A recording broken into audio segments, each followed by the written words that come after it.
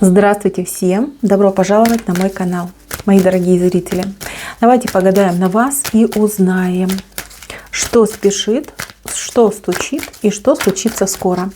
Загадайте, пожалуйста, на себя и давайте посмотрим.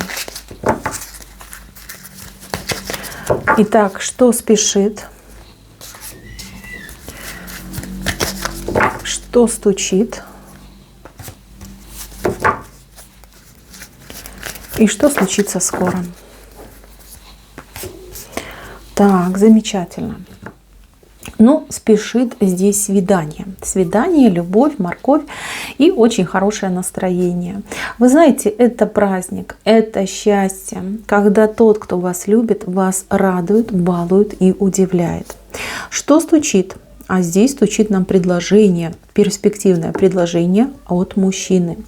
Либо ваш любимый человек наконец-таки решится и озвучит свое предложение руки и сердца.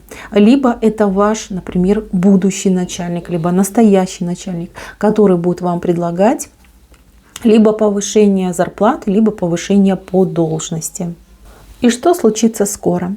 А скоро вы узнаете, будет разговор, и узнаете, что вами интересуется какой-то вот прям взрослый человек, взрослый мужчина. Но мужчине этому доверять ни в коем случае нельзя.